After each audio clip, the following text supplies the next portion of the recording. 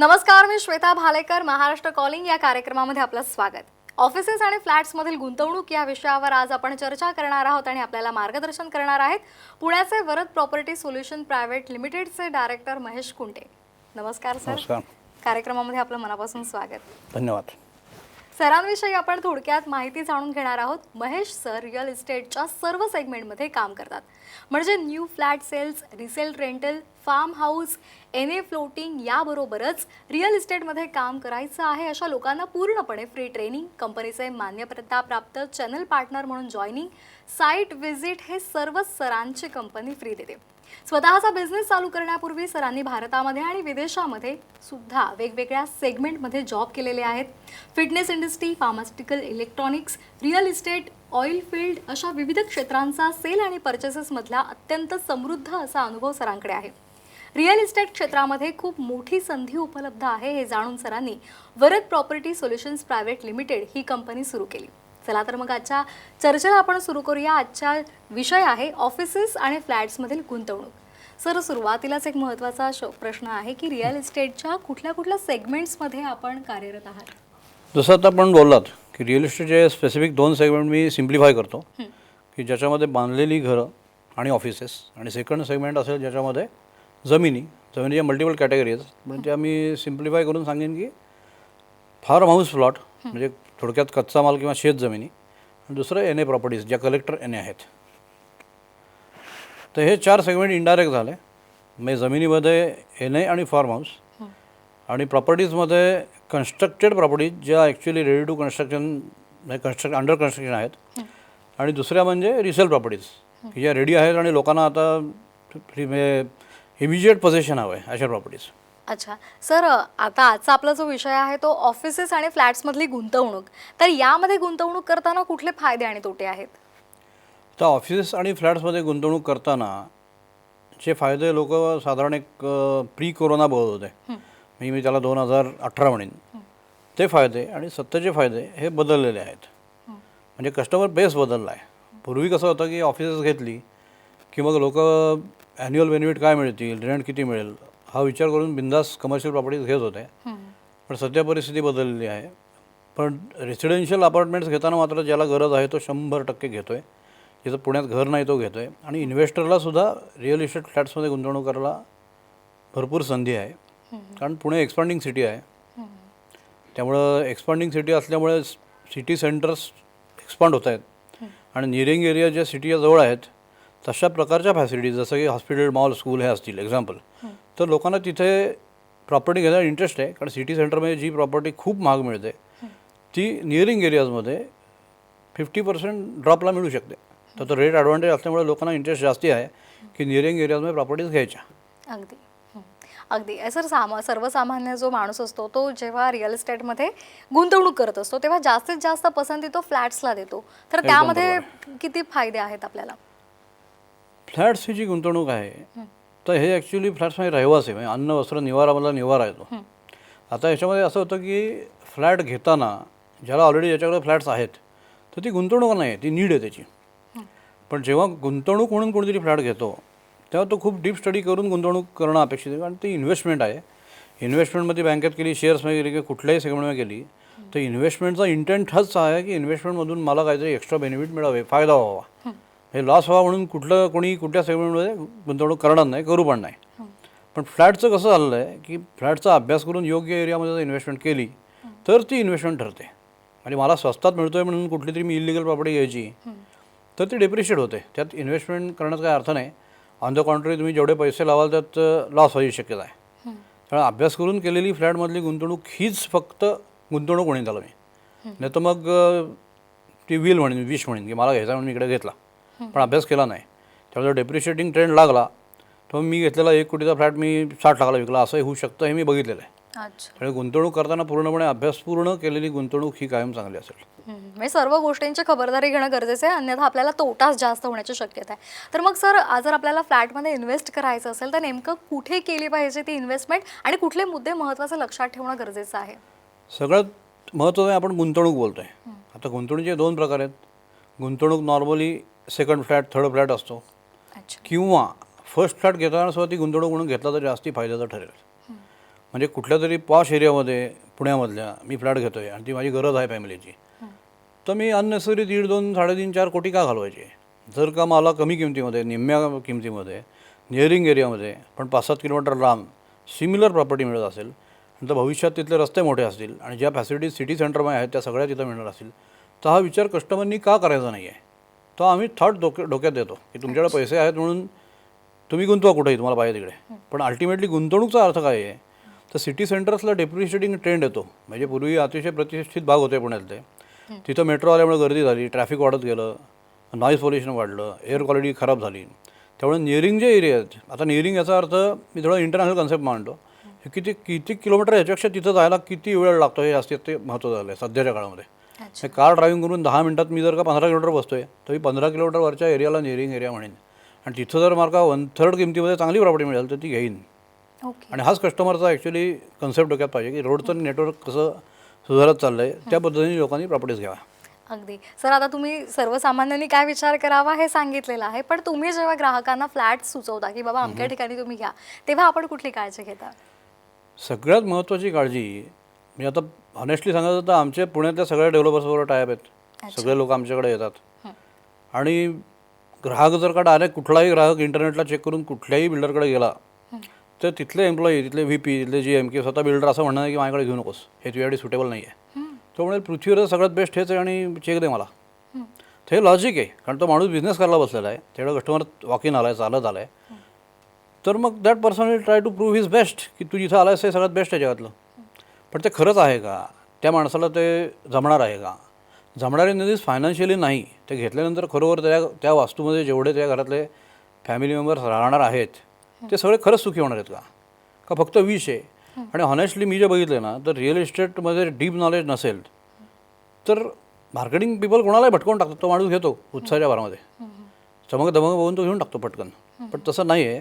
आम्ही जेव्हा कुठल्याही आमच्या कस्टमरला गाईड करतो, आमची सगळी टीम, तेव्हा आमच्याकडे फार टेक्निकल ॲनालिसिस होतं त्या कस्टमरचं की तुम्ही कुठे राहता, काय करता, जॉब कुठे आहे, घरात फॅमिली मेंबर्स किती, त्याच्यावर वृद्ध किती, लहान मुलं किती, शाळेत जात आहेत का, आता शाळा चालू झाल्या आहेत पुण्यातल्या, किंवा जर कोणी पेशंट असतील तर त्यांना कुठलं हॉस्पिटल लागतं, परत हस्बंड वाईफ जॉब करत असतील तर जॉब लोकेशन कुठे आहे आणि तुम्ही जिथं घर घेत आहे तुम्ही दोघांनाही कन्व्हिनियंट आहे का? कारण तुम्ही कुठेतरी उत्साहभरात घर घ्यायचं आणि दोघांनी आयुष्यातले दिवसाचे 2-2 तास ट्रॅव्हलिंगमध्ये घालवायचे, परत तुमच्या मुलांना शाळेनं टेन्शन, हा सगळा विचार करून जर आपण त्या व्यक्तीने घर घेतलं. परत सगळ्यात महत्त्वाचा एक फॅक्टर आहे याच्यामध्ये की त्याला पुश करून सेल करायचा आणि त्याची बजेट नसताना 60 लाखाच्या ऐवजी तू 80 लाखाचं 1 कोटीचं बजेट निर्माण कर, कुठून तरी पैसे आण, बँकेतनं लोन घे, काही कर, जुनं घर विक. तर हे थोडंसं इनह्युमन आहे. त्या माणसाला ते झेपलंही पाहिजे. तर बजेट किती आहे, तर बजेट जेन्युइन असेल तर तू घे, तुला परवडणार असेल तर घे, परवडणार नसेल तर आम्ही मार्ग देऊ की कुठे परवडेल. ही ॲडवायझरी आहे. म्हणजे कुठल्या फार्मा कंपनीमध्ये जगातल्या बेस्ट कंपनीमध्ये एखादा पेशंट गेला तर ती कंपनीला गोळी देणारच आहे, त्यांच्याकडे आहे ती. पण तो जर डॉक्टरकडे गेला तर डॉक्टर सांगेल की तुला सुटेबल काय आहे. कदाचित म्हणेल पाणी पिऊन बाराव. तो असं नाही म्हणणार की तू घेच. बिल्डर गेल्यावर फरक होतो की बिल्डर म्हणतो घेच. आम्ही तसं नाही करतो. आम्ही पहिलं स्टडी करतो, नीड ॲनालिसिस करतो आणि मगच सेलचं ओपिनियन देतो की कुठे तुम्ही घ्या, कारण आमच्याकडे ऑप्शन मल्टिपल आहेत. खरं आहे. आणि हेच खरं तर ग्राहकांसाठी खूप महत्त्वाचं ठरतं आणि याचा त्यांना लाभ सुद्धा होत असतो. ग्राहकांचा विचार केला पाहिजे. हे लोक करत नाहीत, फक्त आपला विचार मला विकायचं आहे, पण ते त्याला हवं आहे का, नुसतं हवं आहे नाही, त्याला खरोखर हवं आहे का, त्याच्या फॅमिलीला हवं आहे का, हा विचार करणं गरजेचं आहे. बरोबर. त्यामुळे ग्राहकांचं हित जोपासणं हे खरं तर वरद प्रॉपर्टी सोल्युशन लिमिटेडचं खरं तर एक महत्त्वाचं ध्येय आहे असं म्हणायला हरकत नाही. नाही, खरं तर ते सगळ्यांचंच ध्येय असावं. अच्छा, फक्त माझं भलं हे ध्येय असणं बरोबर नाही आहे. तुम्ही ग्राहकांचा विचार करा. तुम्ही कोणालाही काही प्रॉपर्टी दिली तर तो घरात संतुष्ट खऱ्या अर्थात झाला पाहिजे, लॉंग टर्म संतुष्ट झाला पाहिजे. टेम्पररी त्याला काहीतरी दिलं आहे, त्याला बरं वाटतंय, ह्यात काय मिनिंग नाही. खरं. सर, आणखी एक महत्त्वाचा मुद्दा की आपण ऑफिसेसमध्ये किंवा फ्लॅट्समध्ये जेव्हा गुंतवणूक करत असतो तर त्यामधले नेमके तोटे कुठले आहेत? तर तोटे म्हणायला गेलं तर तोटे खरं तर नाहीच आहेत. म्हणजे फ्लॅटमध्ये तोटे नाही आहेत. जसं मी सांगितलं की प्रॉपर एरियामध्ये जर गुंतवणूक केली आणि फ्लॅटचं पोझिशन झालं आणि जर एरिया प्रॉपर असेल, निअरिंग सिटी असेल, तर तो व्यक्ती तो फ्लॅट विकून टाकेल त्याला नको असेल तर. आणि तो विकला जाईल चांगल्या ॲप्रिशिएटिंग किमतीला. ऑफिसेस सेगमेंटला ऑफकोर्स कोरोनाने जबरदस्त दणका दिला आहे आणि मी मान्य करतो, ऑनेस्टली मान्य करतो. कारण काय झालं मागच्या 2-3 वर्षामध्ये बरेचसे मोठे ऑफिसेस त्यांनी वर्क फ्रॉम होम चालू केलं. त्याच्यामुळे ऑफिस स्पेसेस जे लोकांना रेंट मिळत होतं ते रिकामे पडल्या आणि अशा खूप मोठे ऑफिस रिकामे आहेत. 3,000, 10,000, 15,000 स्क्वेअर फूटची. मग त्यांना ओनर्सना जे रेंट मिळत होतं ॲश्युअर्ड रेंट ते बंद झालं आहे आणि ओनर्स पण फ्लेक्झिबल नाहीत. ते आडा म्हणतात की मला एवढं रेंट मिळालं पाहिजे, बंद पडलं राहू दे, मी 2 वर्ष बंद ठेवतो, पण त्यात कुणाचाच प्रॉफिट होत नाही आहे. तर फ्लेक्झिबिलिटी जर नीट मेंटेन झाली की बाबा ठीक आहे, कुठलीही वास्तू जी असते स्पेसिफिक बांधलेली वास्तू म्हणजे जमीन नाही, तर ती मेंटेन ठेवावीच लागते. तर ब्रँड न्यू फ्लॅट जरी असेल, बिल्डर्सना माहिती आहे त्याच्यामध्ये काय सुखदुःख आहे, तर ब्रँड न्यू फ्लॅट जर विकला गेला नाही तर मग कबूतर येतात. 15 दिवसामध्ये त्या फ्लॅटचं पूर्ण म्हणजे फरशीपासून सगळं सारखं क्लिनिंग करावं लागतं आणि पर फ्लॅट म्हणजे 100 फ्लॅट मेंटेन करायचे असेल तर प्रचंड खर्च येतो. आणि ऑफिसचं काय झालं की यस, फुल्ली ॲग्री की बरीच ऑफिसेस आत्ता मोकळी आहेत. मग त्याला समजा रिसेल करायचा प्लॅन केला तर रिसेलवाला कस्टमर तोडून मागतो. तो म्हणतो ऑलरेडी 100 ऑफिस ऑप्शन मला आहेत आणि तुमचं विकायचं, मग मी तुम्ही सांगितलेल्या किमतीला का घेऊ. मग थोडंसं ऑफिसेसमध्ये आता रिव्हर्स फॅक्टर कोरोनामुळे आलेला आहे, पण त्याचेही मार्ग आहेत. म्हणजे ॲटलिस्ट त्या माणसाने ज्या किमतीला घेतलं आहे त्यातून त्याला बाहेर पडायचं आहे, तर देर आर वे आउट्स. असं नाही लॉसमध्ये विका असं नाही आहे. आणि परिस्थिती सुधारते आहे. कोरोना पॅन्डेमिक जे आहे त्या हळूहळू डायल्यूट होतं आहे. दिवसेंदिवस आता पुण्यात शाळा चालू झाल्याशिवाय मोठी बातमी आहे, चांगली बातमी आहे. आणि इव्हेंच्युअली कोरोना पॅन्डेमिक डायल्यूट होत जाणारच आहे. मे बी 2 इयर्स असं चालेत, कुठेतरी लाट येईल जाईल, पण लोक आता कमी घाबरायला लागलेत. कारण बऱ्याच लोकांना कोरोना होऊन गेला, ओमिक्रॉन होऊन गेला, आता लोकांना वाटेन झालं आहे. इन्फ्लुएन्झा जेव्हा 100 वर्षापूर्वी आला तेव्हा अनेक लोक मेले, मग नंतर ते मरणाचं प्रमाण कमी झालं. आता इन्फ्लुएन्झा हे किरकोळ रोग झाला आहे, आपण डब्ल्यू झाला आहे घरी जा, तसं अजून काही वर्षांनी या डिसीजचं पण होणार आहे. पण नवीन नाव आणि काहीतरी भयानक, आणि मग घरावर पडायचं, लॉकडाऊन, मास्क लावून फिरा, ह्याच्यामुळे पॅनिक लोक खूप झाले आणि पॅनिकमुळे डेथ बऱ्याच झाल्या. त्यामुळे लोक घाबरली.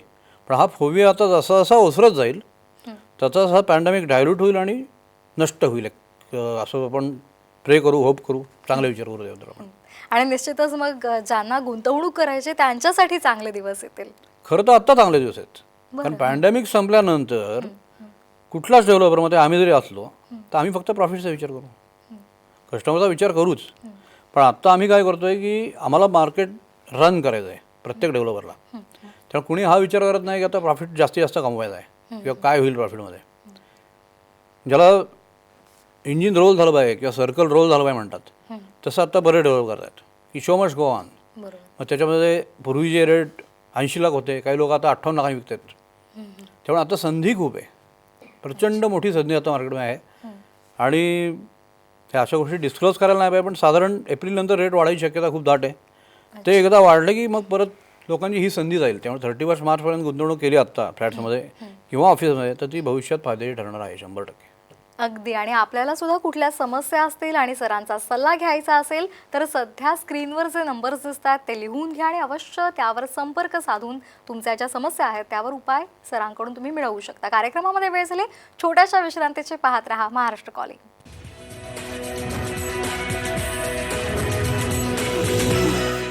महाराष्ट्र कॉलिंग या कार्यक्रमामध्ये सर्वांचं पुन्हा एकदा स्वागत. ऑफिसेस आणि फ्लॅट्समधली गुंतवणूक या संदर्भात आज आपण चर्चा करत आहोत आणि आपल्याला मार्गदर्शन करत आहेत पुण्याचे वरद प्रॉपर्टी सोल्युशन प्रायव्हेट लिमिटेडचे director Mahesh Kunte sir. Sir, resale आणि त्याचबरोबर रेंटल डिव्हिजन यामध्ये आपण कशा पद्धतीने काम करत आहात? आता रिसेल रेंटलमध्ये कसं झालं की पुण्यामध्ये जसं मी तुम्हाला म्हणलं की अन्न वस्त्र निवारा ही गरज आहे. आणि प्री कोरोना म्हणजे 2018पर्यंत की लोकांनी जे स्पेसिफिक पुणेकर आहेत त्यांनी अनेक प्रॉपर्टीज घेतल्या होत्या की माझे 4 फ्लॅट आहेत, 5 फ्लॅट आहेत, त्यांनी भाड्याने दिलेत, ऑफिसेस आहेत, उत्पन्न मिळत होतं, दुकानं आहेत, उत्पन्न मिळत होतं. पण कोरोनामध्ये काय झालं की लॉकडाऊनमध्ये बरेचसे लोक जे पुण्याबाहेर निघून गेले, वर्क फ्रॉम होम चालू झालं, जे नॉन पुणेकर होते ते बाहेरून औरंगाबादला घर करायला लागले, लातूरला घरून काम करायला लागले, नाशिकहून काम करायला लागले. त्यामुळे त्यांची जी घराची नीड होती किंवा भाड्याने जे राहत होते ते सगळे बंद पडले फ्लॅट, आणि ऑफिससुद्धा बरीचशी बंद पडली. मग आता प्रिसाइजली प्रॉपर्टी हे काय गोल्ड नाही आहे की माझ्याकडे 100 किलो सोनं आहे आणि मी दुसऱ्याशी घेऊन गेलो आणि विकलं, असं नाही आहे. तेव्हा तुमच्याकडे 4 फ्लॅट आहेत, 5 फ्लॅट आहेत, 10 फ्लॅट आहेत, त्याला तशी व्हॅल्यू रिअल इस्टेट ॲप्रिसिएशन म्हणून नक्की आहे. पण कोणाला जर उद्या पैसे हवे असतील म्हणजे convert your real estate into liquid पैसे, तर ते शक्य होत नाही. मग त्यावेळी घाईघाईमध्ये जर का बिझनेस करायला गेला तर मी मगाशी म्हटलं तर 1 कोटी प्रॉपर्टी 60 लाखात विकावी लागते, विच इज रॉंग ॲब्सोल्युटली. मग त्याच्यापेक्षा त्यांनी जर का प्रॉपर्टी कन्सल्टंट ॲडवायझर चांगले बघितले तर ते त्यांना ती प्रॉपर्टी लवकरात लवकर विदिन अ मंथ आमच्याकडे कंपनी विकून देते. आणि आमच्याकडे अजून एक स्पेशालिटी असे की आम्ही जेव्हा रिसेलचे फ्लॅट विकायला घेतो तेव्हा ओनरकडून आम्ही कुठल्याही प्रकारचं ब्रोकरेज घेत नाही. मग त्याच्याकडे आम्ही ऑफकोर्स सकाळ पेपरला ॲड टाकतो, आमचं AB मार्केटिंग होतं, गुगल मार्केटिंग होतं, मीडिया मार्केटिंग होतं, आमचे काही सपोर्टिंग ब्रोकर्स आहेत जे आम्हाला जॉईंट आहेत. पण ओनरकडून 1 रुपया पण आम्ही घेत नाही. अच्छा. आणि ज्याला विकतो त्याच्याकडनं आम्ही 1% ब्रोकरेज घेतो. हे रिसेल रेंटलबद्दल आहे, न्यू प्रॉपर्टीबद्दल नाही. क्लिअर.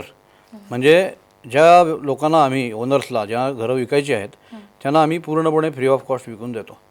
वा. ते मॉड्यूल फिक्स आहे आमचा. सर आणखी एक महत्त्वाचा मुद्दा म्हणजे आपल्या कंपनीच्या माध्यमातून आपण ग्राहकांना खूप मोठ्या प्रमाणात चांगल्या सुविधा देतात. तर सध्या अशा कुठल्या स्पेशल ऑफर्स आहेत ज्या ग्राहकांना आकर्षित करतायत? तर स्पेशल ऑफर म्हणलं स्पेसिफिक आता आपण रिसेल रेंटलचं बोलतो आहे. तर रिसेल रेंटलमध्ये ही ऑफर युनिक आहे की ओनरला फ्लॅट विकायचा आहे आणि त्याला ॲडवायझरी हवी आहे आणि ती ॲडवायझरी किंवा कन्सल्टन्सी फर्म जी आहे आमची ती त्याला टोटल फ्री ॲडवाईस देते आहे. ज्याच्यामध्ये पहिलं तर टेक्निकल सर्वे येतो, म्हणजे तो फ्लॅट रंगवलेला आहे का, कारण लोकांना काय फारसं माहिती नाही मला फ्लॅट विकायचा आहे. बरोबर. पण त्या पूर्ण रंग गेला असतो, भका झालेला असतो, फरशीवर धूळ साचले असते. हा जर कस्टमरला दाखवला तर त्याला 5-10 लाख रुपये कमी मिळतील किंवा कस्टमर पाडून मागेल. सो इन्स्टेड आम्ही ॲडवाईस करू तुम्हाला विकायचा आहे का, तर पहिलं टेक्निकल सर्वे करून घ्या, तो फ्री आहे. आम्ही ॲडवाईस करू तुम्ही रंग द्या, तुम्हाला 2-5 लाख रुपये असते मिळतील. किंवा काय कुठं लिकेज असेल किंवा कुठलाही बारीक सारीक प्रॉब्लेम असेल तर ते आम्ही करेक्ट करून घेतो आमच्या खर्चाने गरज पडल्यास. आणि मग तो आम्ही त्यांना सजेस्ट करतो. टेक्निकल सर्वेमध्ये ओनरशिपची डॉक्युमेंट्स आमचे लिगल डिपार्टमेंट चेक करतं. टेक्निकलमध्ये हेही चेक होतं की या फ्लॅटमध्ये कुठल्याही प्रकारचे कॉम्प्लिकेशन लिगल नाही आहेत, बिल्डिंग बांधली होती तेव्हापासून आत्तापर्यंत काय स्टेटस आहे, ह्यांचे लिगल डॉक्युमेंट ओके आहेत का, हे टेक्निकल कमर्शियल. आणि त्याच्यानंतर लिगल सर्वे म्हणजे आमचे ॲडवायझर्स जे आहेत, लिगल ॲडवायझर्स, कंपनी इंटरनल लॉयर्स, ते पण लिगल पेपर चेक करतात. अच्छा. ह्याला 3 प्रकारे फिल्टर आहेत. स्पेसिफिक पहिलं बोललं तर टेक्निकल की तो फ्लॅट कसा आहे तो बघितला. त्याच्यानंतर कमर्शियल म्हणजे आजूबाजूला विक्री होती ती केवढ्याला होती आहे. उदाहरण देतो की 2 फ्लॅट शेजारी आहेत, एखादा 70 लाखाला गेला आहे, हा म्हणतो मला 80ला विकायचा आहे का, जर दोन्ही सेम आहेत, एरिया सेम आहे, डायमेन्शन सेम आहे, तुझं ईस्ट एंट्रन्स आहे त्याचाही ईस्ट एंट्रन्स आहे, तर हे लॉजिकल जर असेल तर आम्ही ते ॲक्सेप्ट करतो. नाही तर काही कुणी म्हणेल की माझ्या शेजार फ्लॅट 70 लाखाला गेला आहे पण मला 2 कोटीला विकायचा आहे. मग आम्ही म्हणतो तुझा तू विक किंवा मग देव तुझा विकून दिला तुला मदत करू, यापेक्षा आम्ही काय नाही करूया. त्याचं लॉजिकल असेल तर आम्ही हेल्प करतो, अदरवाईज वी से नो. बरोबर आहे. खूप महत्त्वाचा मुद्दा आहे सर. मगाशी बोलता बोलता तुम्ही सांगितलं की ज्यांना आपला फ्लॅट विकायचा आहे पुण्यामध्ये त्यांच्याकडून आपण कमिशन घेत नाही, तर मग तुम्हाला प्रॉफिट कसा मिळतो? हे बघ आता याच्यामध्ये हा जो बिझनेस आहे ना, कुठलाही बिझनेस हा म्हणजे रिअल इस्टेटचा ज्याला आपण रिसेल रेंटल सेगमेंट म्हणतो आहे तो नाही. तो बिझनेस आहे ना त्याच्यामध्ये वर्ल्डमध्ये जेव्हा बायर सेलर येतात आणि ट्रेडर येतात, आता यात आमचा रोल आहे तो ट्रेडरचा आहे इनडायरेक्टली. अच्छा. म्हणजे फ्लॅट एकाचा आहे, घेणारा दुसरा आहे आणि ट्रेडर आम्ही आहोत. तर या केसमध्ये काय होतं की विकणारा जो आहे त्याच्याकडनं आम्ही काही घेत नाही आहे. ह्याचा अर्थ काय आहे की विकणारा त्याची हॉनेस्ट प्राईस आम्हाला सांगतो. हे गंमतशीर उदाहरण देतो की एखाद्या माणसाला समजा 80 लाखाचा फ्लॅट विकायचा आहे आणि नॉर्मल ब्रोकर म्हणतात मला 2% द्या. मग तो विचार करतो माझ्या 80 लाखाच्या फ्लॅटवर मला 1,60,000 कोणाला तरी द्यायचे आहेत, मग मी 80 लाखा विकू, मी 85 करतो. मग 85 किंमत जर कस्टमरला सांगितली गेली आणि कस्टमरला पण सांगितलं गेलं की तुला मला 2% द्यायचे आहेत, पण नॉर्मली ट्रेडिशनल जुने जे ब्रोकर आहेत जे इंडिव्हिज्युअल काम करतात ते दोन्हीकडनं 2% घेतात 1 कोटीच्या खाली पुण्यामध्ये आणि 1 कोटीच्यावर 1% घेतात. तर ह्याच्यामुळे बेनिफिट फक्त ब्रोकर स्वतःच बघतो की मला काय मिळेल. आम्ही काय म्हणतो ओनरला की तू तुझी हॉनेस्ट प्राईस सांग, व्हॉट यू वॉन्ट, आम्हाला त्याच्यावर 1 रुपया देऊ नको, you will get that money. Of course government रजिस्ट्रेशनला जो काय खर्च येणार आहे तो कस्टमर्स करणार आहे, त्यात आम्ही काय बघायचं नाही किंवा त्या ओनरनी काय बघायचं नाही आहे. कस्टमरला सांगतो की तू जे बाहेर 2% देणार आहेस तुला आम्ही मार्केटमधली कमीत कमी किमतीतली बेस्ट प्रॉपर्टी ज्याला आपण व्हॅल्यू टू मनी म्हणतो ती तुला बेस्ट रेटला देऊ. म्हणजे बाहेर जी गोष्ट तुला 85 लाखाला 90 लाखाला मिळणार आहे ती कदाचित आम्ही तुला 78 लाख त्याच रेंजचे तू बघितलेले ऑप्शन दाखवू आणि तुला आम्हाला 1% द्यायचा आहे. तर तिकडे 10 लाख घालवायचे का आम्हाला 78 द्यायचे हा तुझा प्रश्न आहे. त्यामुळे कस्टमर पण तिथे सॅटिस्फाय होतो, ओनर सॅटिस्फाय होतो आणि आमची कंपनीला बिझनेस मिळतो, माझ्या एम्प्लॉयला बिझनेस मिळतो. म्हणजे सगळ्यांचा फायदा होतो याच्यामध्ये. अशा प्रकारे मॉड्यूल आहे. अगदी. सर आपल्याकडून आपल्या कंपनीकडून जर रिसेल प्रॉपर्टी घ्यायची असेल तर कस्टमरला त्याचा नेमका काय फायदा आहे? कस्टमरला आत्ताच सांगितलं असं की रिसेल प्रॉपर्टी म्हणलं तर नॉर्मल ब्रोकर हा स्वतःचे फायदे बघतोय. त्या ओनरला म्हणतो याच्या खाली येऊ नका, मग माझे 2% द्या. परत प्रॉपर्टी कॉस्ट जर वाढली तर इन्व्हेंटरी कमी होते. म्हणजे आता समजा मला 60 ते 70 लाखमध्ये बजेट असलेले कस्टमर माझ्याकडे आले आणि मी जर ॲडमेंट असेल की ओनर 2% द्यायचे आणि त्यातले समजा 50,000 म्हणले की नाही मी 1 रुपया देणार नाही आणि मी जर ब्रोकर असेल एक इंडिव्हिज्युअल ब्रोकर तो म्हणेल नाही मग तुमच्या विकणार नाही मी, म्हणजे माझ्या इन्व्हेंटरी बॉक्समध्ये इन्व्हेंटरी कमी झाली किंवा जो येणारा कस्टमर आहे त्याला बघायला मिळणारी घरं कमी झाली. बरोबर. माझ्याकडं काय आहे, ओपन सेगमेंट असल्यामुळे एक्झाम्पल मला एखाद्या प्रकारची प्रॉपर्टी हवी आहे आणि मी म्हणलं की माझ्याकडं नाही आहे आता आणि मी कुठल्याही ओनरला फोन केला की तुमची प्रॉपर्टी मी फुकट विकून देतो आणि तुम्हाला हवे ते पैसे मिळतील, तर तो व्यक्ती मला नाही म्हणण्याचं काय कारण नाही लॉजिकली. त्यामुळे इन्व्हेंटरी माझ्याकडे अनलिमिटेड असल्यामुळे कस्टमरला तो बेनिफिट मिळतो की मल्टिपल इन्व्हेंटरीमध्ये त्याला पाहिजे तशी प्रॉपर्टी मिळायची संधी मिळते आणि ती सुद्धा 1% ब्रोकरेजमध्ये, तो फायदा आहे. सर, जाता जाता एक महत्त्वाचा प्रश्न की जर एखाद्याला रिसेल फ्लॅट घ्यायचा असेल किंवा फ्लॅट घ्यायचा असेल तर त्यांनी नेमकी कुठली काळजी घेणं गरजेचं आहे? आता फ्लॅट घेताना ॲज अ सेड मी आधी बोललो त्याप्रमाणे की त्याला जर थांबायला वेळ 2-3 वर्ष तर ऑफकोर्स चांगला डेव्हलपर, रेप्युटेड ब्रँड, लोकेशन या सगळ्याचा अभ्यास करून त्यांनी नवीन फ्लॅट घ्यावा. If he can wait for 2-3 years.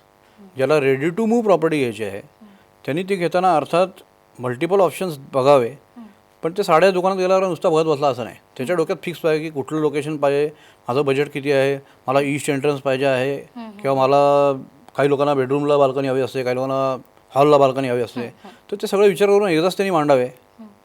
आणि ते सांगितलं की त्या बजेटप्रमाणे त्याला एक 10 ऑप्शन आम्ही दाखवले तर डील होतं.